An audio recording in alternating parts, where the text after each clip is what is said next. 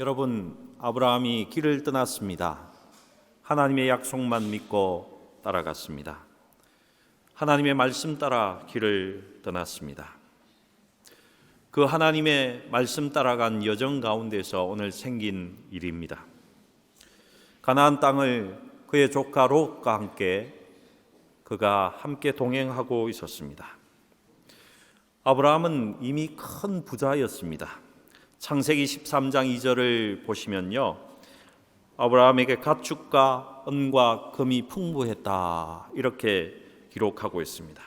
아마도 아브라함은요, 조카 롯에게도 그가 가진 부를 많이 나누어 주었을 것입니다. 그래서 조카인 롯도 상당한 부자였습니다. 오늘 13장 5절을 보니까 이렇게 기록하고 있습니다. 아브라함의 일행 롯도 양과 소와 장막이 있었다 이렇게 기록하고 있습니다. 그런데 문제가 생겼습니다. 이 두 부자가 함께 살기에는 그 땅이 부족했습니다. 우리 13장 6절 같이 한번 읽어보십시다. 우리 어린 친구들도 함께 읽어봅시다. 창세기 13장 6절입니다. 이 앞을 보면 됩니다. 함께 또박또박 읽어보겠습니다. 시작. 그 땅이 그들이 동거하기에 넉넉하지 못하였으니 이는 그들의 소유가 많아서 동거할 수 없었음이니라. 오늘 성경을 보니까 함께 살기에 그 땅이 부족했습니다. 너무 좁았습니다. 결국에는 아브라함의 목자들과 롯의 목자들이 싸움을 하기 시작했습니다. 땅이 좁으니까 서로 다투기 시작했다는 것입니다. 그리고 그 가나안에는요, 아브라함과 롯의 이 가족들만 사는 것이 아니었습니다. 가나안 사람들도 있었고 브리스 사람들도 있었습니다. 당시 상황을 볼 때요, 집안 싸움을 하면 이 사람들이 틈을 타고 이 가족을 없애버릴 그런 위험에 처해 있었습니다. 아주 정말 위험한 지경이었습니다. 그때 삼촌 아브라함이 롯에게 제안합니다. 너가 우하면 내가 저하고 너가 저하면 내가 우하겠다. 너가 선택하고 난 다음에 그곳을 내가 가지겠다. 이렇게 했습니다. 여러분, 이러한 제안은 믿음의 사람, 하나님의 사람만 할 수 있는 제안입니다. 너가 먼저 너가 좋아하는 것, 너에게 유익이 되는 것을 먼저 택해라. 그리고 남은 찌꺼기는 내가 하겠다. 이런 제안을 누가 할 수 있겠습니까? 하나님을 믿고 하나님만을 의지하는 사람만이 할 수 있는 제안을 지금 아브라함이 했다는 것입니다. 그때 롯을 보십시오. 요단 평야 쪽이 얼마나 아름다운지 성경이 뭐라고 이야기하십니까? 여호와의 동산 같다. 하나님께서 세우셨던 그 동산같이 풍요롭고 아름다웠다 이렇게 기록하고 있습니다. 우리 함께 읽어보겠습니다. 13장 10절의 말씀입니다. 우리 친구들도 한번 눈을 크게 뜨고 한번 같이 읽어봅니다. 13장 10절입니다. 함께 읽겠습니다. 시작. 이에 롯이 눈을 들어 요단 지역을 바라본즉 소알까지 온 땅에 물이 넉넉하니 여호와께서 소돔과 고모라를 멸하시기 전이었으므로 여호와의 동산 같고 애굽 땅과 같았더라. 무슨 말입니까? 너무너무 아름답고 풍요로움이 겉으로 보기에도 있었던 땅이라는 것입니다. 누구나 보면 내가 저곳에서 살고 싶다는 마음이 드는 그런 땅이었습니다. 그래서 롯은 주저함이 없었습니다. 삼촌, 제가 저곳을 가겠습니다. 제가 저곳 갔겠습니다. 근데 성경은 경고하고 있습니다. 요단의 풍요를 쫓아갔던, 그 물질을 쫓아갔던 롯은요, 결국에는 소돔까지 가버리게 됩니다. 소돔의 사람들을 성경이 뭐라고 하고 있는 줄 아십니까? 13장 13절에 보니까 여호와 앞에 악이 큰 죄인이다. 하나님 앞에 악하고 큰 죄를 짓는 사람들이라 이렇게 표현하고 있습니다. 사랑하는 성도 여러분, 하나님의 공동체 속에도요, 롯과 같은 사람들이 있습니다. 자기 것만을 먼저 챙기는 사람들, 자기 것이 가장 소중해서 남을 돌아보지 않는 사람들이 있다 하는 것입니다. 아마도 하나님 앞에 회개하지 않으면 이들도 롯과 같은 최후를 맞이 않을까 걱정이 됩니다. 여러분, 롯은 물질이 최우선이었습니다. 여러분, 사람들 중에는 하나님을 섬기고 만민이 기도하는 집인 교회가 직장인 사람들이 있습니다. 그래서 큰 교회, 자꾸 내가 더 돈을 많이 벌 수 있는 큰 교회로 자꾸 옮기는 것입니다. 교회가 자신의 사업장이 되어버린 것이죠. 돈이 되는 곳을 찾다 보니까 교회로 들어온 무리들도 있다 하는 것입니다. 여러분, 아쉽지만은 그런 분들이 하나님을 부르짖고 선교해야 된다고 말하고 있고 구제를 부르짖지만요, 자신의 이익을 최우선에 두는 것을 우리는 심심찮게 옆에서 보면 다 알 수 있습니다. 회개해야 될 부분이라는 것입니다. 내가 그런 존재이면 하나님 앞에 회개해야 됩니다. 왜요? 하나님께서는 우리에게 원하시는 것이 무엇입니까? 하나님의 거룩함을 먼저 쫓고 하나님의 영광을 먼저 찾으라고 분명히 말씀하시는데 그 말씀대로 우리가 행하지 않기 때문입니다. 그렇게 회개해야지 우리는 롯과 같은 최후를 맞이하지 않게 된다는 것입니다. 여러분, 저는 오늘 성경을 보니까 또 한 가지 아브라함에게 이상한 부분을 발견했습니다. 그의 사랑하는 아내 사라와 이 일을 의논하지 않았다는 것입니다. 조카에게 먼저 저 땅을 택하게 하는 그 일을 사라에게 먼저 의논하지 않았다는 거예요. 또 성경을 쭉 보시면요, 100세에 얻은 아들 그 이삭을 바칠 때도요, 아브라함은 사랑하는 아내 사라와 의논하지 않았습니다. 우리는 보통 부인과 다 의논해야 된다고 생각하는데 그가 의논하지 않았다는 것입니다. 아마도 제 생각에는 먼저 사라와 의논했다면, 조카에게 먼저 선택권을 주겠다고 했다면 사라가 아브라함을 그냥 두지 않았을 것 같습니다. 아마도 바가지를 박박박 긁었을 것 같아요. 이 바보 같은 사람아, 너 조카 하나 마음대로 못하나? 그놈 속에 얼마나 약은 것이 많은데 그놈을 그냥 둬? 우리가 얼마나 롯을 도와줬는데 이 은혜도 모르는 놈 같으니라고. 자기가 기어서 알아야지. 자기가 알아서 기어야지. 그놈도 사람이야. 아마도 이런 말을 들었을 것 같습니다. 여러분, 롯은 분명히 물질에 사로잡혀 사는 사람이었습니다. 또 한편으로 사라는요, 아마도 윤리 도덕에 사로잡혀 사는 사람 같습니다. 여러분, 어딘가에 붙잡혀 산다는 것, 이거 굉장히 무서운 것입니다. 사탄은 언제나 우리에게 미끼를 던집니다. 너 이것에 붙잡혀 살면은 잘 살 수 있어. 이렇게 미끼를 던진다는 것입니다. 체계적인 사람에게는요, 체계에 붙잡혀 살도록 요구합니다. 그래야 절도가 있지. 모든 것이 잘 흘러가지. 무체계인 사람은요, 무체계에 사로잡혀 살게 됩니다. 하나님은 인간의 계획을 그렇게 좋아하지 않으셔. 여러분 살다가 어떤 사람이 다른 사람을 비판할 때 이렇게 옆에서 보셨습니까? 그 눈에 살기가 흐르는 것을 여러분 보았을 것입니다. 자기의 신념에 붙잡혀서 비판할 때는요, 사람을 죽이는 것도 아무것도 아닌 것처럼 생각한다는 것입니다. 성경의 사울을 보시기 바랍니다. 그는 이스라엘의 초대 임금이었습니다.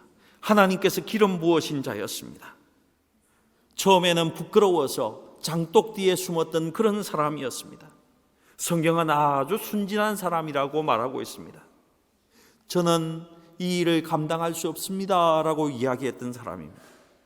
그런데 그가 임금의 자리에 연연했을 때에, 내가 최고라는 것을 붙잡고 있고 싶을 때에 창을 들어서 하나님의 사람 다윗에게 던지는 그런 일도 주저하지 않았다는 것입니다.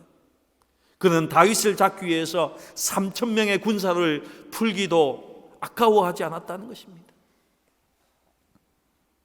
사탄에게 붙잡혀서 결국 아말렉의 전쟁에서 그는 자살을 하고 마는 그런 삶의 마무리를 짓고 있습니다. 여러분, 2019년 여전히 여러분을 붙잡고 있는 것이 무엇입니까? 여러분이 붙잡고 있는 것은 무엇입니까? 여러분, 그것이 물질입니까? 돈입니까? 내가 버리지 못하는, 이것이 안 되면 안 된다는 여러분이 갖고 있는 주의입니까?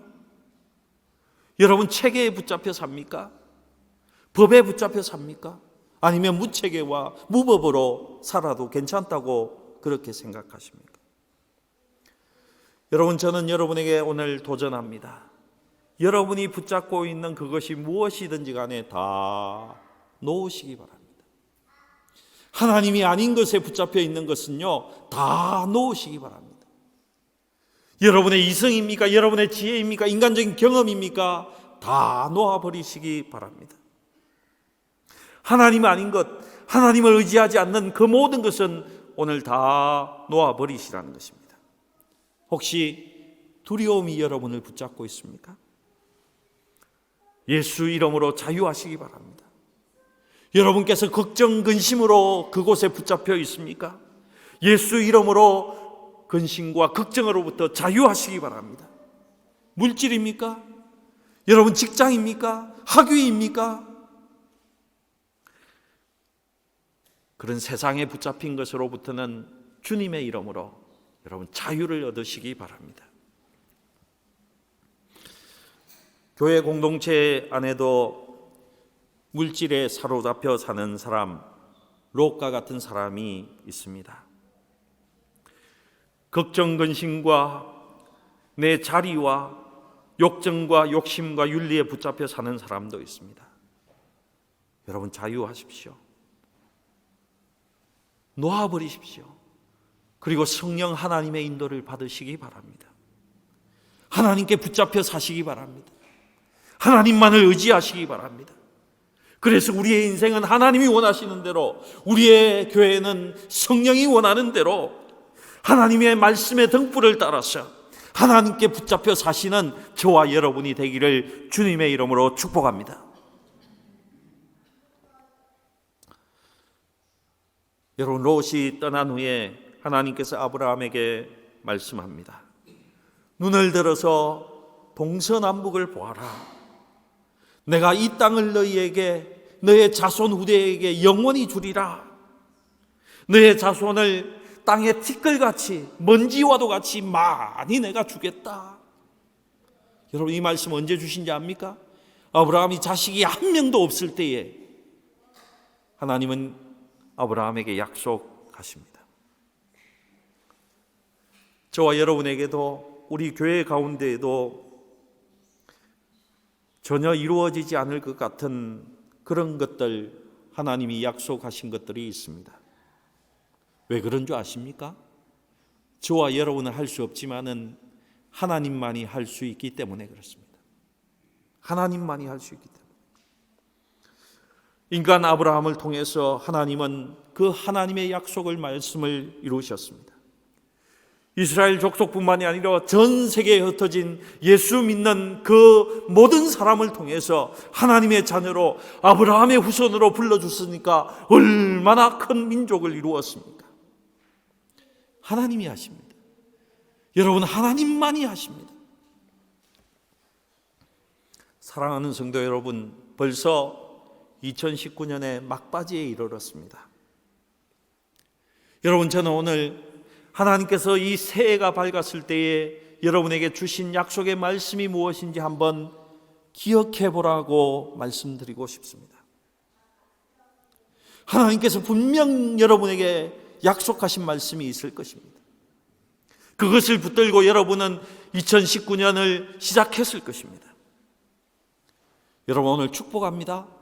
그것이 무엇이었던지 간에 그 하나님의 말씀을 붙잡으시기 바랍니다. 약속의 말씀을 붙잡으시기 바랍니다.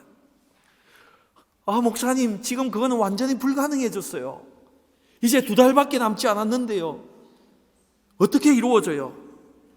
도저히 이룰 수 없습니다. 여러분, 그런 것이면 더욱더 붙잡으시기 바랍니다. 하나님께서 약속하신 것은 저와 여러분이 이루는 것이 아니라 하나님께서 이루시기 때문에 그렇습니다. 전능하신 나의 아버지, 우리를 사랑하시는 그 하나님은 지금도 살아계시고 그 말씀을 이루어 가시는 하나님이십니다. 하나님이 이루십니다. 여러분, 하나님이 주신 약속의 말씀 따라서 믿음을 가지고 우리의 땅을 종과 핵으로 활기차게 움직이는 자에게는 하나님께서 그 약속을 축복으로 이루어 주시는 것입니다. 여러분, 요셉을 기억하십시오. 요셉의 인생은요, 형들에게 팔린 인생이었습니다. 그가 섬기던 주인에게 억울한 눈명을 썼던 그런 사람이었습니다. 여러분, 이쯤 되면은 그가 평생 형들을 원망하면서, 그를 쫓아낸 감옥으로 보낸 그 주인을 원망하면서, 주인을 욕하면서 살 수 있는 인생 아니었습니까? 그런데 요셉은 하나님을 붙잡았습니다. 하나님께 붙잡혔습니다. 감옥에 갇혀 있으면서도 그는 원망하지 않았습니다. 형들에게 안갚음을 할 수 있고 원수를 갚을 수 있는 그 자리에서 요셉은 하나님께 붙잡혀서 그 형들을 용서합니다. 그런 요셉을 하나님은 하나님의 꿈대로 인도하셨고 하나님께서 계획하신 대로 그의 인생을 펼쳐나가셨다는 것입니다. 여러분, 그것이 우리의 인생입니다. 저와 여러분의 생각대로 되지 않습니다. 하나님께서 디자인하시고 하나님께서 원하시는 꿈대로 저와 여러분의 인생은 펼쳐나가게 되어 있고, 하나님의 열린 분교회는 그 하나님의 꿈대로 이루어져 나가게 되어 있다는 것입니다. 여러분, 말씀을 붙잡고 하나님이 주신 꿈을 꾸시면서 믿음으로 살아가십시다.